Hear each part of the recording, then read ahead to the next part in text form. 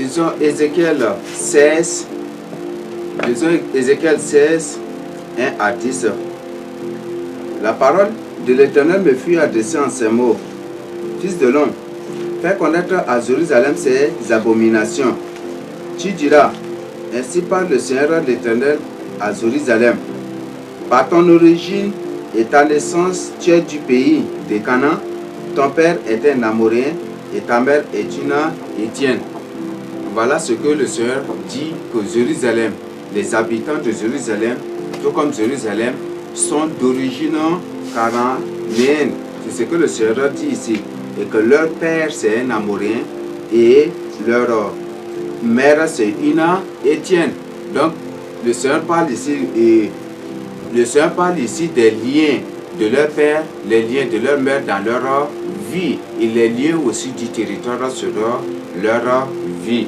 Donc il parle de l'influence de ces liens dans la vie des enfants d'Israël. Et qu'est-ce qu'il dit par la suite? À ta naissance, au jour où tu naquis, ton nombril n'a pas été coupé. Tu n'as pas été lavé dans l'eau pour être purifié. Tu n'as pas été frotté avec du sel. Tu n'as pas été enveloppé dans des langes. Donc c'est ce que le Seigneur Jésus-Christ dit ici à travers le nom de l'Éternel qu'il a pris pour parler aux enfants d'Israël. Mais qu'est-ce qu'il dit? Que lorsque les enfants d'Israël sont nés, leur nombril n'était pas coupé. Donc ils sont grandis avec leur nombril. Donc pour dire que depuis leur naissance jusqu'au moment où il leur parlait et jusqu'aujourd'hui, ils n'ont pas encore délivré des liens générationnels, des liens du territoire sur eux, des liens aussi de leurs parents sur eux. Nous savons bien que Isaac est né à Canaan, Jacob est aussi né à Canaan. Et tous les Juifs aussi, tous les 12 tribus aussi sont nés les 12 tribus sont nés à Mésopotamie, précisément à Pandam Aram, et après Jacob les a ramenés à Canaan et ils sont grandis à Canaan. Et c'était de Canaan qu'ils sont partis pour s'installer en Égypte. Et le Seigneur, à leur grande surprise, leur dit que depuis qu'ils sont nés jusqu'à présent, leur nombril n'a pas été encore coupé. Et qu'est-ce que cela veut dire? C'est un lien qu'ils ont hérité. Et ces liens, ils doivent briser cela. Et tant qu'ils ne brisent de ces liens d'idolâtrie, ils ne pourront point avancer. Et le Seigneur est en train de parler des liens d'idolâtrie. Des liens d'idolâtrie, il est en train de parler des liens d'idolâtrie.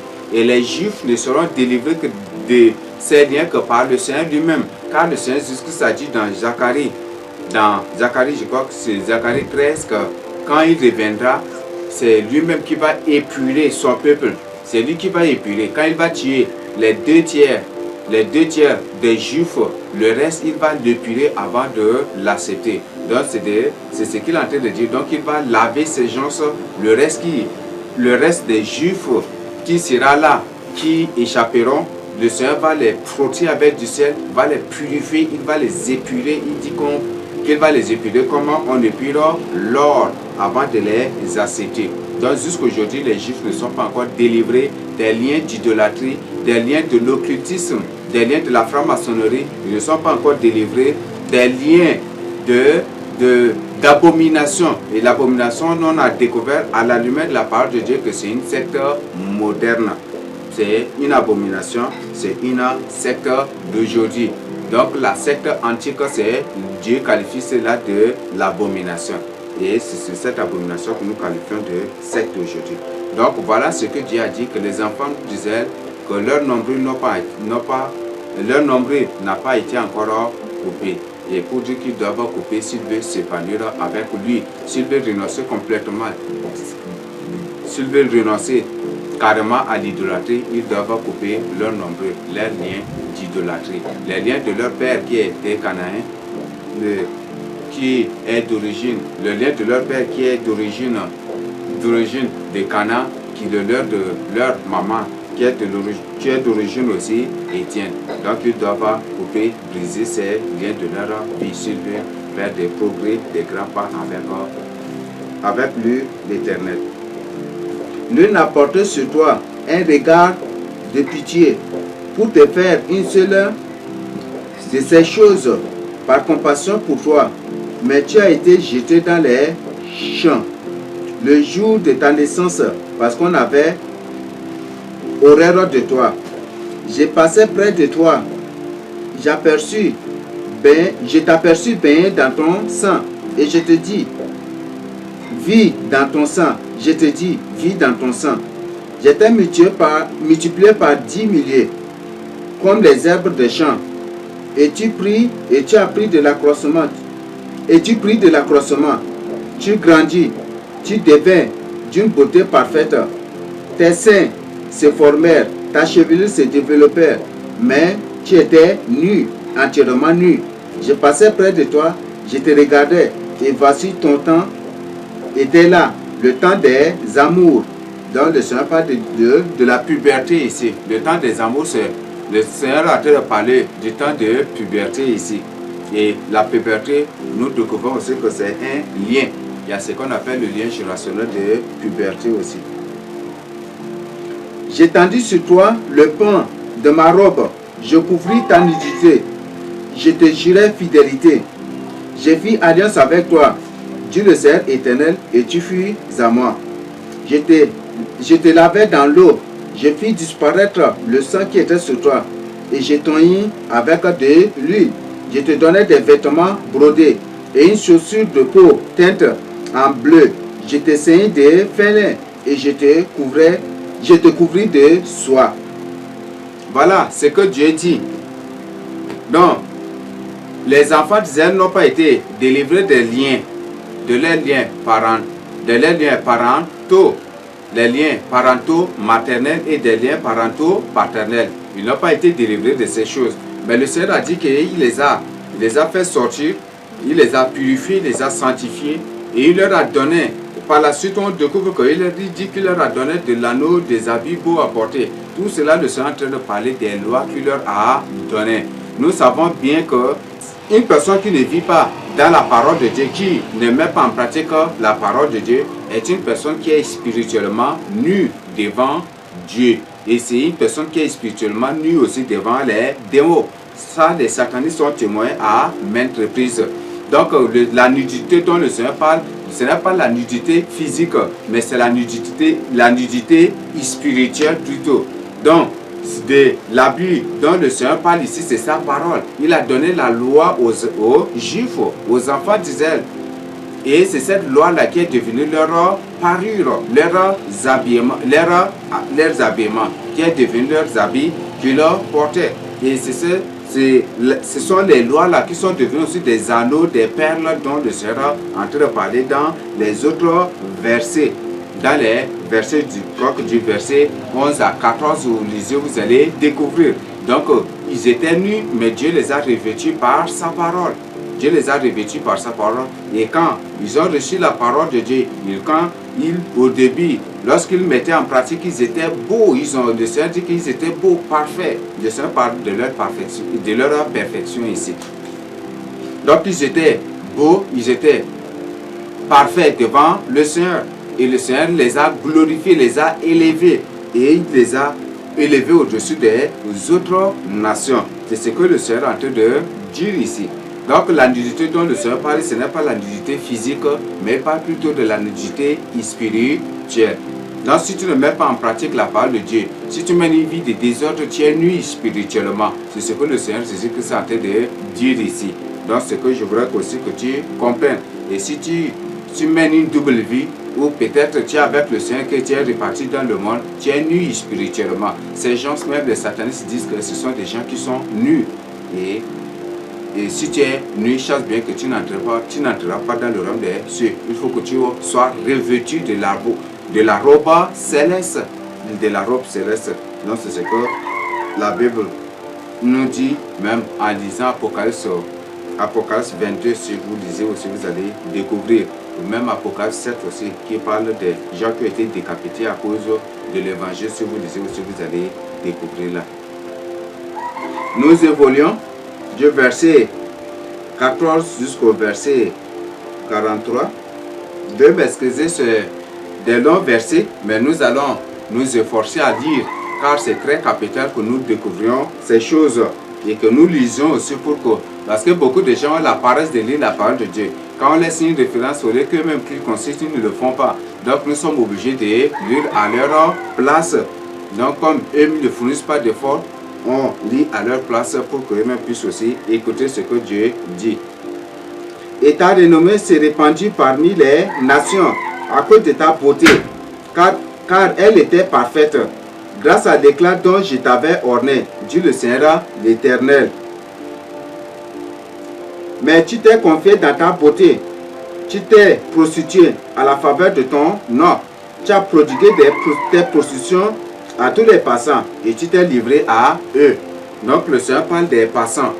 Lorsque les Juifs se sont vus déjà parfaits, ils se sont vus élevés par le Seigneur déjà, ils commençaient par se prostituer.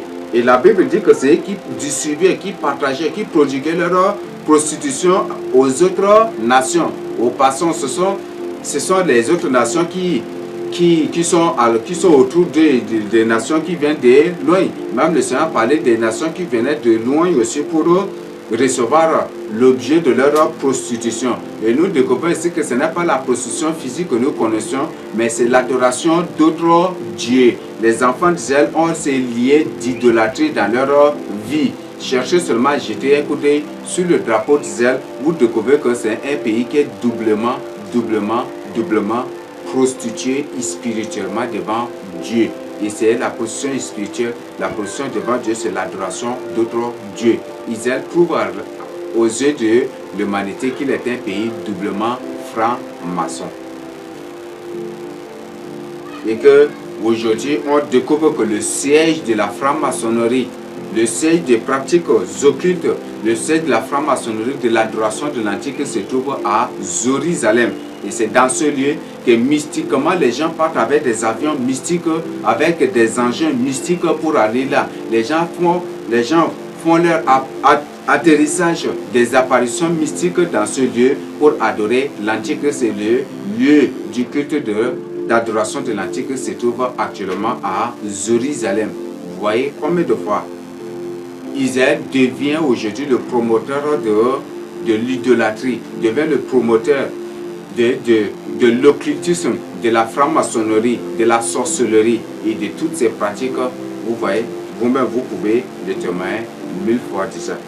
Donc c'est de ces choses que le Seigneur Jésus-Christ est en train de parler. Aujourd'hui, beaucoup de gens quittent ici, quittent le pays, les gens quittent de partout pour aller à Jérusalem pour prendre la magie dans le but de venir répandre des faux évangiles. Les teneurs ou les prédicateurs du message de la bénédiction, de la prospérité, tous, c'est comme si leur centre se trouve à Jérusalem. Quand une personne part là-bas et de son retour, son message change. Bénédiction, prospérité, c'est juste cela. Et le siège de tous ces gens se trouve à Jérusalem, dans un lieu mystique, dans un lieu occulte, là où ils font les apparitions pour des rites sataniques, là où ils atterrissent avec les avions mystiques pour les parties démoniaques. Et l'Antichrist vient d'Israël. L'Antichrist, c'est un juif qui va prendre autre nationalité, celle allemande, pour régner sur l'humanité. Donc voilà ce que le Seigneur est en train de dire et voilà ce que les Juifs sont en train de faire. Voilà ce que les Juifs sont en train de faire. Tu as pris de tes vêtements, tu t'es fait des olieux que tu as garnis d'étoffe de toute colère et tu t'es prostitué. Rien de semblable n'était arrivé et n'arrivera jamais.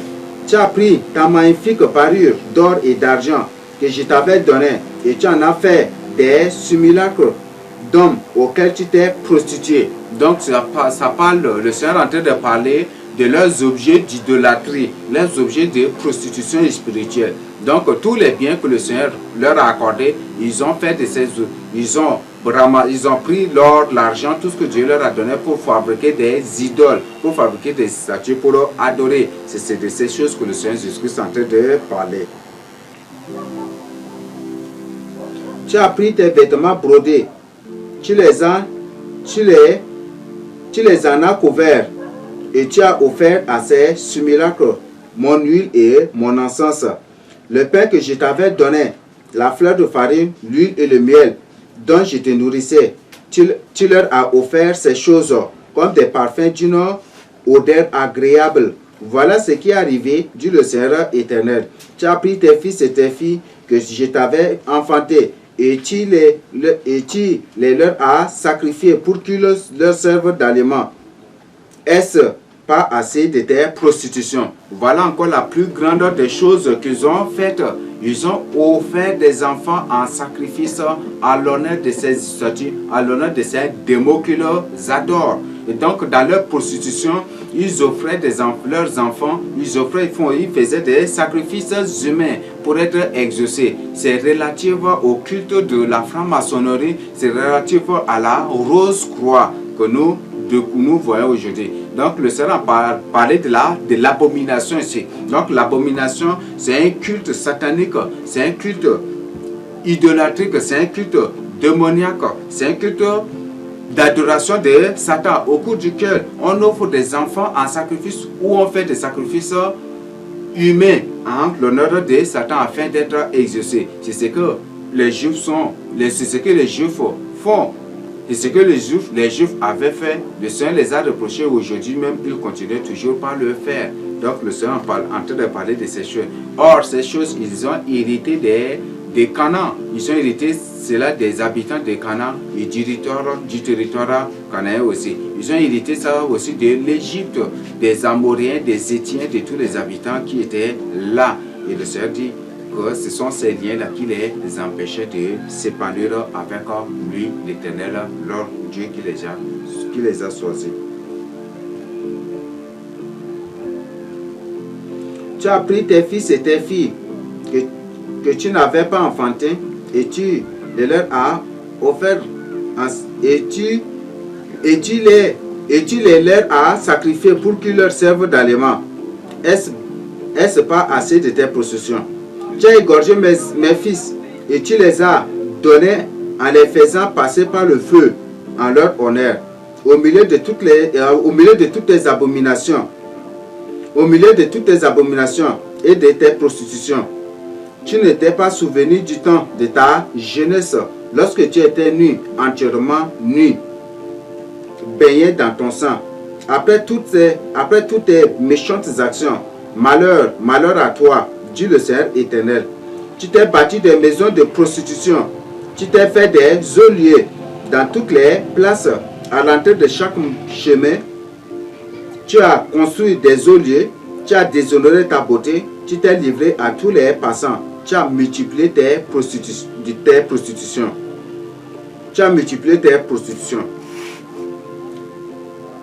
Tu t'es prostitué aux Égyptiens, tes voisins, au corps vigoureux. Et tu as multiplié tes prostitutions pour militer. Et voici, j'ai étendu ma main contre toi. J'ai diminué la part que je t'avais assignée. Je t'ai livré à la volonté de tes ennemis, les filles des Philistins, qui ont rougi de ta conduite criminelle. Tu t'es prostitué aux Assyriens parce que tu n'étais pas rassasié, tu t'es prostitué à eux et tu n'as pas encore été rassasié. Tu as multiplié tes prostitutions avec le pays de Canaan et jusqu'en Chaldée, et avec cela tu n'as pas encore été rassasié. Quelle faiblesse de cœur tu as eu, dit le Seigneur éternel, en faisant toutes ces choses qui sont l'œuvre d'une maîtresse prostituée. Donc arrêtons-nous d'abord à ce niveau. Le Seigneur dit qu'il bâtisse des maisons de prostitution. Donc il y a ces lieux de prostitution aujourd'hui en Israël, précisément à Jérusalem. Il y a ce lieu de prostitution aujourd'hui en Israël et à Jérusalem. À Jérusalem, il y a ce lieu, on dit que c'est là où on a déposé le corps du Seigneur. Et c'est dans ce lieu que se passe le culte de l'Antichrist, le culte de la franc-maçonnerie, le haut lieu de culte.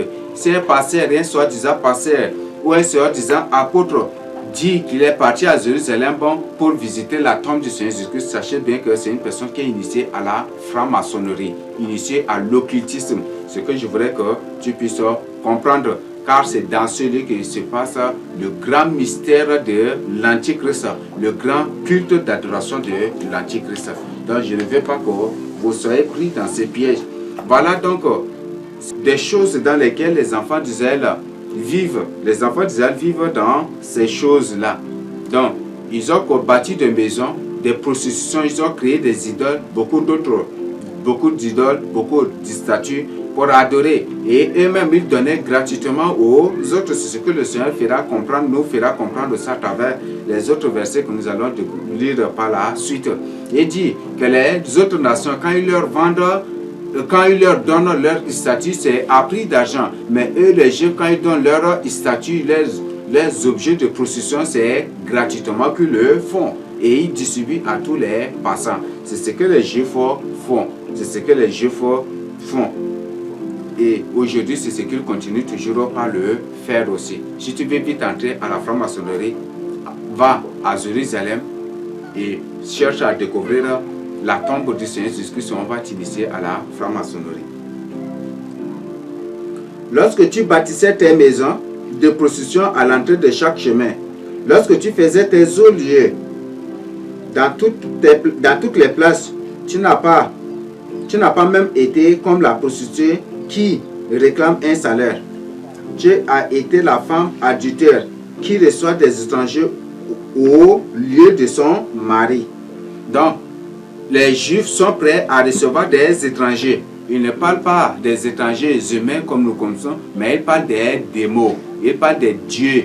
Donc, si ce sont des dieux étrangers, les Juifs sont prêts à les accepter. Mais si c'est le Seigneur Jésus-Christ, les Juifs le rejettent. C'est ce que le Seigneur Jésus-Christ dit ici. Donc, ils se prostituent à des dieux étrangers, aux dieux d'Écron, aux dieux des Assyriens, aux dieux des Philistins, aux dieux des Moabites. Ils adoraient ces divinités. Donc, ce sont ces dieux qu'ils acceptaient. Mais si c'est le Seigneur Jésus-Christ le rejetait. Voilà ce que le Seigneur Jésus-Christ dit. Et le Seigneur Jésus-Christ dit qu'il est leur mari. Donc, le Seigneur Jésus-Christ est réellement aussi leur mari. Pour comprendre, pour découvrir que si c'est réellement le Seigneur Jésus-Christ, vous pouvez lire le 6 premiers chapitres ou le 7 premiers chapitres du livre de Osée et vous allez découvrir qu'il s'agit réellement du Seigneur Jésus-Christ. Donc, le Seigneur Jésus-Christ est en train de parler de lui. Donc, lui, leur mari, il le rejette. Mais si ce sont des étrangers, des dieux étrangers, ils l'acceptent. Et c'est ce que les Juifs sont prêts à faire aujourd'hui. Donc, si c'est des abominations, ils acceptent. Des prostitutions, ils acceptent. Adoration de n'importe quoi, des poissons, des requins, ils acceptent les adorations de lune, de soleil, de Saturne. Là, ils sont prêts à accepter cela. Mais si c'est accepter Christ, ils le rejettent. Or, c'est Christ qui est leur mari. À toutes les prostituées, on paye un salaire. Mais toi, tu as fait des dons à tes amants, à tous tes amants.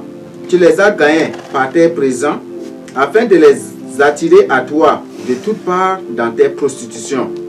Tu as été le contraire des autres prostituées, parce qu'on ne te recherchait pas. Et en donnant un salaire au lieu de recevoir un, tu as été le contraire des autres. Donc, c'est ce que j'avais expliqué précédemment. Donc, et ils donnent les objets de prostitution gratuitement aux gens, alors que pour les autres, il faut donner quelque chose avant de recevoir. Et ils fabriquent gratuitement les idoles pour vendre gratuitement aux autres. Alors que les autres, les passants ou les autres nations, ils le fabriquent pour vendre à prix d'argent aussi. C'est pourquoi, prostituée, écoute la parole de l'Éternel. Ainsi parle le Seigneur éternel, parce que tes trésors ont été dissipés et que ta nudité a été découverte dans tes prostitutions avec tes amants et avec toutes tes abominables idoles et à cause du sang de tes enfants que tu leur as donné. Je voudrais d'abord expliquer cette partie. Le Seigneur dit que à cause de leur nudité et que dans ces pratiques, leur nudité a été exposée parmi les nations. Donc la nudité spirituellement. Donc c'est pour dire ici que spirituellement, lorsqu'ils s'étaient plongés dans l'occultisme, dans la franc-maçonnerie, car tous les idolâtres sont des magiciens, tous les idolâtres sont des sorciers. Tu es un idolâtre. Si tu adores des statues, des idoles, cherche bien que soit tu es dans la sorcellerie inconsciente ou dans la sorcellerie consciente. Là, c'est ce que je voudrais t'informer. Donc, tous les idolâtres sont des grands sorciers. Tous les idolâtres, tous ceux qui adorent des divinités, au lieu d'adorer le Dieu, le vrai Dieu. Tous ces gens sont dans la sorcellerie. Donc, c'est seuls les sorciers qui promeuvent ces pratiques dans leur vie et qui promeuvent aussi ces pratiques dans leur expansion aussi. Donc, ce sont les sorciers qui font ces choses. Mais la Bible dit que quand ils faisaient cela, leur nudité était exposée. Et qu'est-ce que cela veut dire? Quand ils étaient plongés dans l'idolâtrie, Dieu, comme ils ont transgressé la loi de Dieu, spirituellement, ils sont nus devant les autres magiciens. Ils sont nus devant leurs ennemis. Et on voit que tous les ennemis d'Israël, tous les ennemis du peuple d'Israël, de Juda, des enfants d'Israël, de Juifs, tous les ennemis sont des gens ancrés dans l'occultisme, qui voient spirituellement. Donc quand spirituellement tu ne vis pas dans la parole de Dieu, on te découvre nu. Et si tu vis dans la crainte de Dieu, tu es revêtu, tu portes un habit. Même il y a des gens qui portent des habits, mais ces habits sont sales quand les satanistes les voient. Donc c'est de ces choses que le Seigneur Jésus-Christ est en train de parler. Donc spirituellement, comme ils sont plongés dans l'idolâtrie, spirituellement sont nus devant leurs ennemis. Et il dit qu'il les a mis à nu pour exposer sur leur honte. Voici, je rassemblerai tous tes amants avec lesquels tu te plaisais, tous ceux que tu as aimés et tous ceux que tu as haïs. Je les rassemblerai de toutes parts contre toi. Je leur découvrirai ta nudité et ils verront toute ta nudité. Donc il dit qu'il rassemblera toutes les nations. Ça parle de la bataille d'Armageddon, où le Seigneur rassemblera toutes les nations contre Israël, où toutes les nations se formeront pour venir en guerre contre Israël. Et le Seigneur est en train de parler de ces choses. Et le Seigneur dit par la suite qu'ils vont détruire tout en Israël. Ils vont abattre leurs maisons, les maisons qu'ils ont bâties, ils vont tout détruire. Et que toutes ces nations vont détruire tous ces gens qui viendront contre eux, vont détruire tout ce qu'ils posséderont aussi. Je te jugerai comme on juge les femmes adultères et celles qui répandent le sang. Je ferai de toi une victime sanglante de la fureur et de la jalousie. Je te livrerai entre leurs mains. Ils abattront tes maisons de prostitution et détruiront tes olieux. Ils te dépouilleront de tes vêtements, prendront ta magnifique parure et te laisseront nu, entièrement nu. Ils amèneront la foule contre toi. Ils te lapideront et te perceront à coups d'épée. Ils brûleront tes maisons par le feu et ils feront justice de toi aux yeux d'une multitude de femmes. Je ferai cesser ainsi ton impudicité et tu ne donneras plus de salaire. J'assouvrai ma colère contre toi et tu ne seras plus l'objet de ma jalousie. Je m'apaiserai, je ne serai plus irrité. Parce que tu n'étais pas souvenu du temps de ta jeunesse, du temps de sa jeunesse, car quand il était né, le Seigneur, il n'a pas été purifié. Et c'est le Seigneur qui l'a purifié en le faisant sortir d'Égypte, en lui donnant sa parole. Mais au lieu que les Juifs se souviennent de ces choses, ils n'ont pas fait. Pour tous les bienfaits que le Seigneur a fait pour eux, pour tous les bienfaits que le Seigneur a fait pour eux, il leur a donné Canaan, Israël en héritage, il leur a tout donné, il leur a soumis aussi leurs ennemis. Mais malgré cela, ils ne se sont pas souvenus du bienfait de Dieu dans leur vie. Et le Seigneur leur recommande de penser à ces choses. Comme Proverbe 16, 20 dit, celui qui penche aux choses trouve le bonheur. Donc le Seigneur veut qu'il pense sur ces choses afin de prendre une décision pour revenir à lui. Parce que tu m'as provoqué par toutes ces choses, voici je ferai retomber ta conduite sur ta tête, dit le Seigneur éternel. Et tu ne commettras plus de crimes avec toutes tes abominations. Donc on parle des abominations, on parle des sectes. Donc les abominations modernes sont ces pratiques, sont ces gens sous ces loges ou ces cultes sataniques qu'on appelle les sectes aujourd'hui. Voici tous ceux qui disent des proverbes t'appliqueront ces proverbes, telle mère, telle fille. Donc ça parle toujours aussi des liens ici. Telle mère, telle fille. De même que Dieu a détruit Canaan, il dit qu'il va les détruire aussi à cause de leur prostitution. Qu'il va les détruire aussi à cause de leur prostitution. Donc, aujourd'hui, les filles héritent des liens. Les filles, il y a beaucoup de filles qui se comportent typiquement comme leur maman, comme leur mère. Et on voit aujourd'hui même, je crois que à travers ce proverbe même, beaucoup comprennent déjà de quoi il s'agit. De quoi il s'agit. Tel père, telle mère. Telle fille, telle mère. Donc, si la maman, c'est une personne bavarde, la fille sera aussi très bavarde. Si la maman est désobéissante, la fille sera désobéissante. Si la maman est cupide, la fille aussi sera cupide. Si la maman aime beaucoup faire les bas-tirés, la fille aussi fera pareillement. Si la maman c'est une voleuse, la fille aussi sera comme elle. Donc le Seigneur est en train de parler ces choses-là. Donc le Seigneur est en train de parler des liens qui quittent de la maman vers la fille. Donc si toi tu vis aussi dans ces choses, dans les abattirés, sache bien aussi que peut-être que c'est un lien que tu as hérité. Il faut chercher vraiment à briser cela de ta vie. Tu es la fille de ta mère qui a repoussé son mari et ses enfants. Tu es la sœur de tes sœurs qui ont repoussé leur mari et leurs enfants. Votre mère est une Étienne et votre père c'est un Amoréen. Donc, les Étienne, les habitants d'Étienne et les habitants les habitants d'Amoré, ces habitants se sont détournés de la face du Seigneur. Ces habitants se sont détournés de la face, se sont détournés de Dieu. Ce sont des habitants qui n'adorent pas Dieu. Nous savons bien que Canaan n'adorait pas Dieu et c'est à cause de cela que Dieu a détruit Canaan pour donner leur territoire, pour donner ce territoire en héritage aux enfants d'Israël. Donc les Cananéens, les habitants de Canaan n'adoraient pas Dieu. Ils vivaient dans la prostitution, dans l'adoration d'autres dieux et dans les abominations dans les abominations qu'on appelle les sectes modernes d'aujourd'hui. Donc c'est de ces choses que le Seigneur parle. Et le Seigneur dit qu'ils étaient comme eux. Canaan a révité. C'est Dieu qui a créé l'homme et les hommes se sont multipliés pour occuper la terre de Canaan. Ils ont rejeté Dieu pour adorer d'autres dieux. Et quand les Juifs sont venus, après ils ont rejeté Dieu aussi pour adorer d'autres dieux.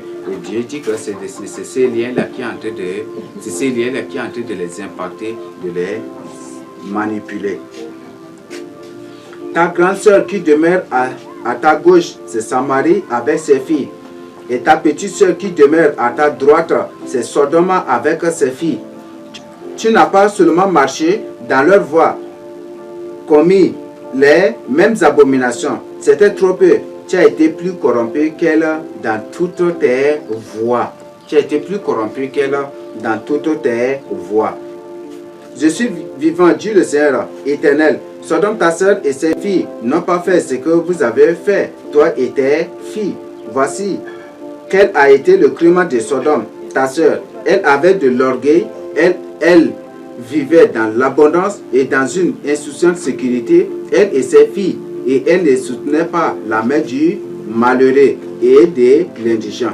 Elles sont devenues hautaines, elles ont commis des abominations devant moi. Je les ai fait disparaître quand j'ai vu cela. Donc, le Seigneur parle aussi de lien d'orgueil de Sodome. Donc, ce qui a causé la ruine de Sodome, c'est son orgueil. Comme elle vivait, Sodome vivait dans une insouciante sécurité. Elle s'était plongée complètement dans l'idolâtrie, dans l'abomination, dans l'homosexualité, dans toutes les pratiques abominables.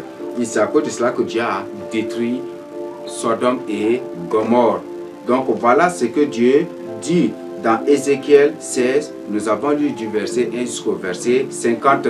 Voilà ce que nous avons découvert dans la parole de Dieu, que le père d'Israël, c'est un Amoréen et sa maman, c'est une Étienne.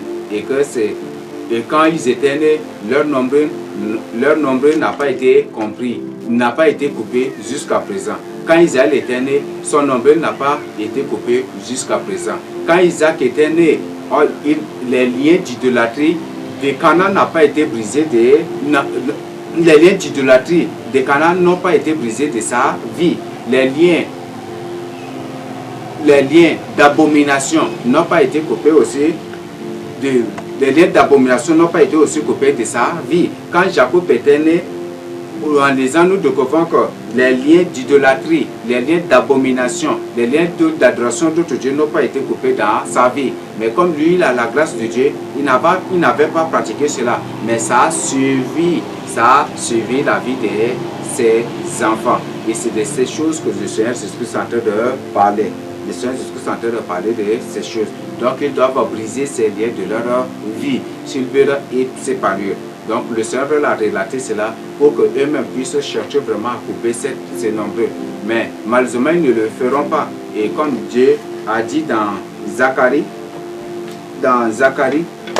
l'Éternel, c'est l'Éternel lui-même qui va les épurer. Donc il va les épurer comme on épure l'or. Il va les épurer comme on épure l'or avant de les accepter. Donc c'est ce que le Seigneur a révélé. Donc lisons Zacharie 13, 8 à 9. Dans tout le pays, dit l'Éternel, les deux tiers seront exterminés, périront, et l'autre tiers restera.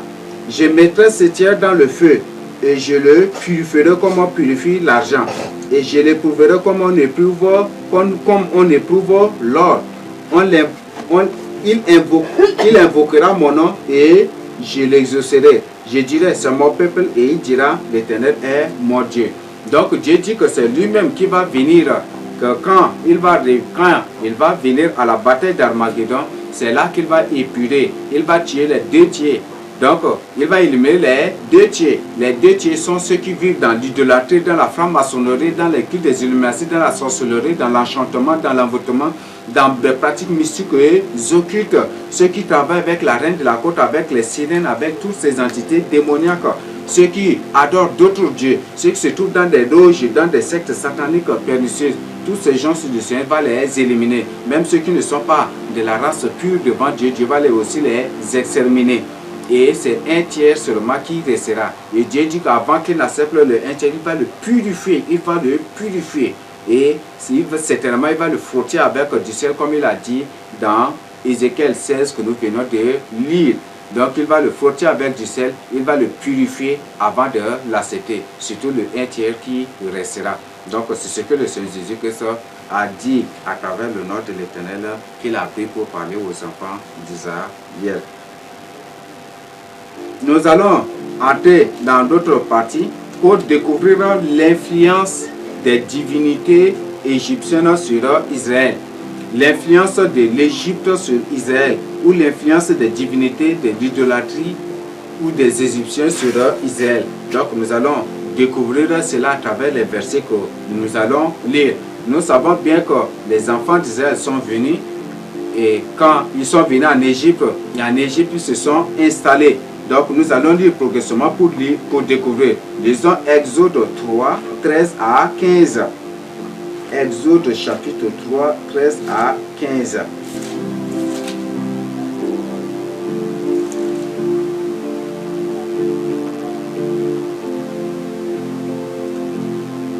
Exode chapitre 3. Lisons Exode chapitre 3, 13 à 15. Moïse dit à Dieu, j'irai donc vers les enfants d'Israël et je leur dirai, le Dieu de vos pères m'envoie vers vous, mais s'il me demande quel est son nom, que leur répondrai-je? Dieu dit à Moïse, je suis celui qui suis. Et il ajouta, c'est ainsi que tu répondras aux enfants d'Israël. Celui qui s'appelle Je suis m'a envoyé vers vous. Dieu dit encore à Moïse, tu parleras ainsi aux enfants d'Israël. L'Éternel, le Dieu de vos pères, le Dieu d'Abraham, le Dieu d'Isaac et le Dieu de Jacob, m'envoie vers vous. Voilà mon nom pour l'éternité. Voilà mon nom de génération en génération. Donc, nous découvrons ici à travers cette référence que nous venons de lire, nous découvrons que les enfants d'Israël ne reconnaissaient plus l'Éternel comme leur Dieu. Pourquoi cela? Car déjà dans Genèse 46, 1 à 6 que nous avons lu, nous avons découvert que les enfants d'Israël sont partis en Égypte et en Égypte ils se sont installés. Et c'est en Égypte que Jacob était mort. C'est en Égypte que tous les autres tribus étaient morts. Et c'était les enfants qui avaient grandi. C'était les enfants qui commençaient par se multiplier. Au fur et à mesure, ils sont morts aussi. Ils mouraient au fur et à mesure. Et jusqu'à 430 ou c'est 450 ans, c'est 450 ans après d'abord que Dieu va susciter Moïse pour les faire sortir d'Égypte.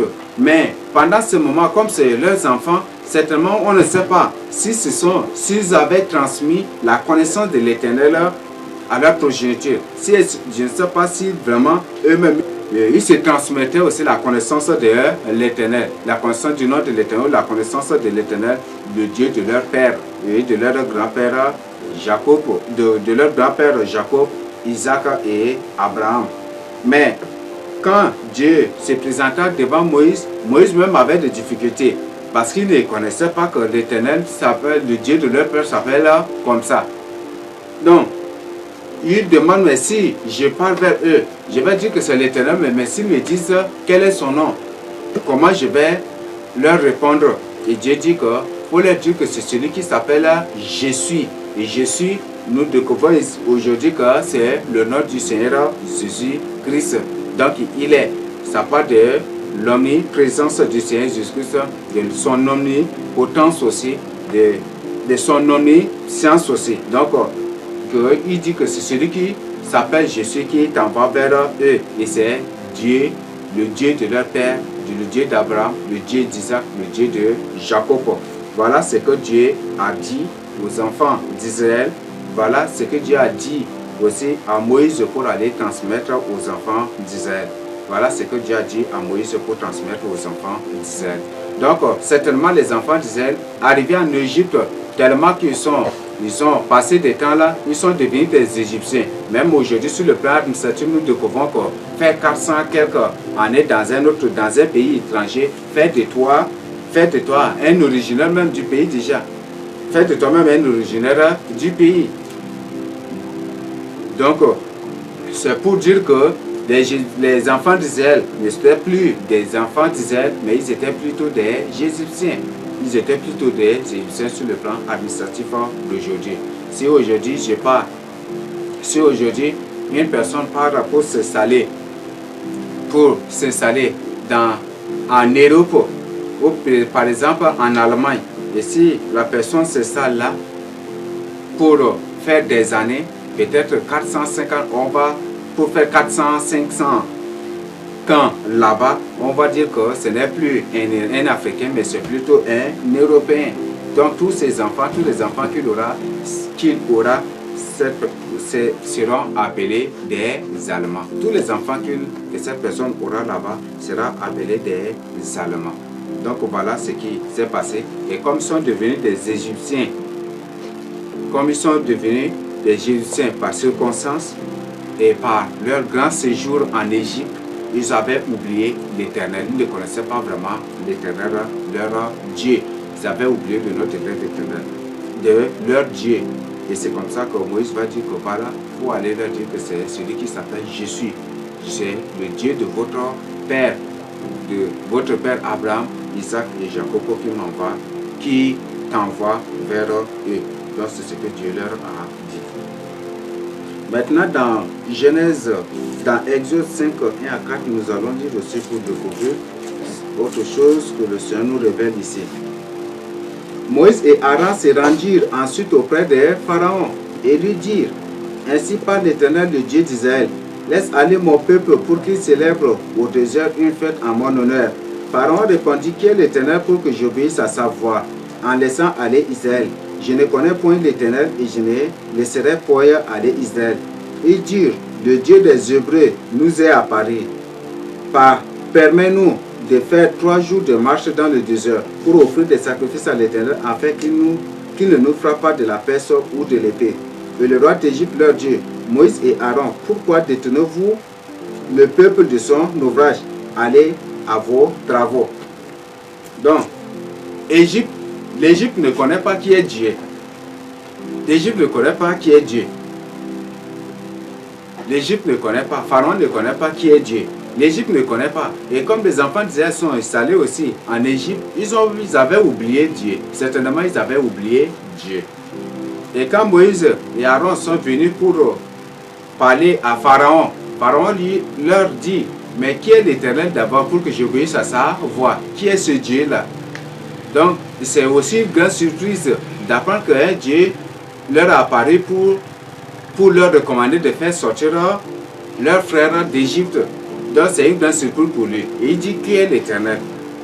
Donc, Égypte, comme on voit que l'Égypte, c'est un pays d'idolâtrie, c'est un pays de prostitution, c'est un pays d'abomination, c'est le siège, le QG de toutes les pratiques d'abomination d'aujourd'hui.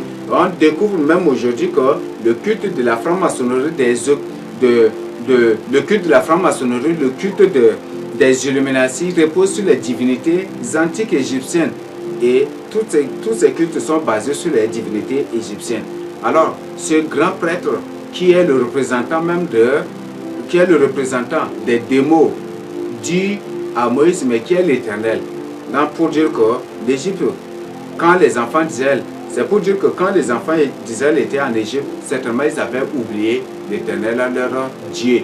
Et à travers cela aussi, si seulement s'ils parlaient de Dieu, s'ils parlaient de leur Dieu, de Dieu de leur père, les pharaons qui est le roi, n'allait pas vraiment raisonner ainsi. Mais comme ils n'avaient pas parlé de l'Éternel, leur Dieu, ils n'ont pas parlé de ces choses, ils n'ont pas parlé qu'ils ont un Dieu vivant.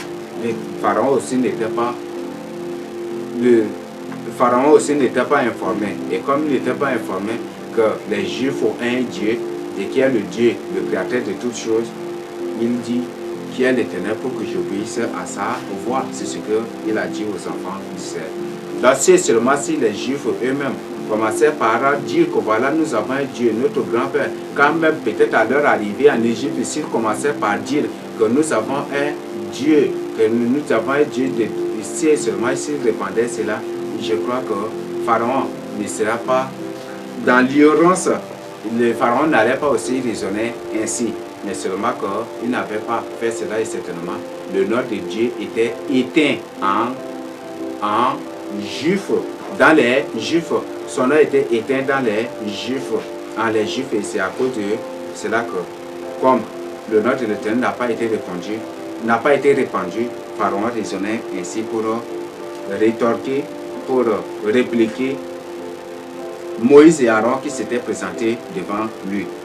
Maintenant, dans Genèse 12, nous allons lire aussi Exode 12, m'excuser. Dans Exode 12, Exode 12, 29 à 38.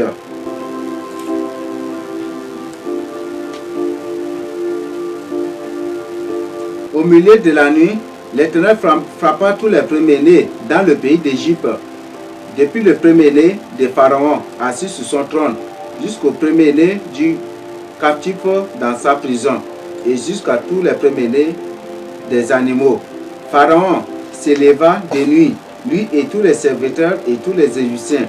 Il eut des grands cris en Égypte, car il n'avait point de maison où il n'y eut un mort. Dans la même nuit, Pharaon appela Moïse et Aaron et leur dit, levez-vous, sortez du milieu de mon peuple, vous et les enfants d'Israël, allez servir l'Éternel comme vous l'avez dit. Prenez vos brebis et vos bœufs, comme vous l'avez dit. Allez, bénissez-moi.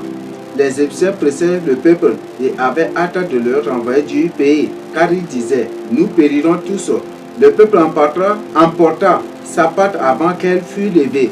Ils enveloppèrent les pétrins dans leurs vêtements et les mirent sur leurs épaules. Les enfants d'Israël firent ce que Moïse avait dit, et ils demandèrent aux Égyptiens des vases d'argent, des vases d'or et et des vêtements. L'Éternel fit trouver grâce au peuple aux yeux des Égyptiens, qui se rendirent à leur demande et dépouillèrent les Égyptiens. Donc voilà encore ce qui s'est passé. Comme Pharaon dit à Moïse, qui est l'Éternel pour que j'obéisse à sa voix? Il a refusé catégoriquement d'écouter Moïse et Aaron que Dieu a envoyé. Alors, dès ce jour, Dieu commença par multiplier des plaies contre eux jusqu'à la 10e plaie. Et ils ont été détruits par ces plaies. Et la dernière plaie, c'est la mort des premiers-nés. Et c'est la mort des premiers-nés. Et quand Pharaon avait perdu son enfant, il a trouvé que vraiment, les Juifs sont en train de parler, sont en train de me dire la vérité, mais je ne voudrais pas écouter. Et leur Dieu, c'est un Dieu vivant qui agit sur le champ. Donc, mettons-le dehors, sinon, on risquera de tous mourir. Donc, les pharaons et les Égyptiens, tous se sont concertés, puis ils ont commencé par chasser les Juifs. Ils les ont chassés. Allez, les sortir. Et on les a mis dehors. Et quand ils sortaient, ils ont demandé des vases, ils ont demandé de l'argent, ils ont demandé des choses avec leurs voisins, comme Dieu leur a recommandé. Et ils ont trouvé grâce aussi aux yeux de leurs voisins qui leur ont fourni ces choses-là avant de sortir. Et ils étaient sortis. Donc voilà la négligence de Pharaon et ses conséquences. La négligence de Pharaon et ses conséquences. Mais ici, c'est pour nous montrer la sortie des enfants d'Israël d'Égypte. Donc, avant, nous avons découvert que les enfants d'Israël étaient en Égypte. Et quand Dieu a envoyé Moïse vers Pharaon pour laisser les enfants d'Israël sortir, il a refusé. Et comme il a refusé, Dieu a décidé de frapper l'Égypte avec des plaies. Et 10 plaies. Et la 10e plaie, c'est la mort des premiers-nés. Et c'est par rapport aux morts des premiers-nés en Égypte que Pharaon va laisser les enfants d'Israël sortir d'Égypte, car lui-même a perdu aussi son fils qui devait régner vraiment sur son trône. Et à cause de ça, il a mis les enfants d'Israël dehors. Donc, c'est là que les enfants d'Israël, c'est à cause de ces choses que les enfants d'Israël vont sortir d'Égypte pour aller dans la terre promise comme Dieu leur a promis aussi dans sa parole. Donc voilà ce que la Bible nous dit.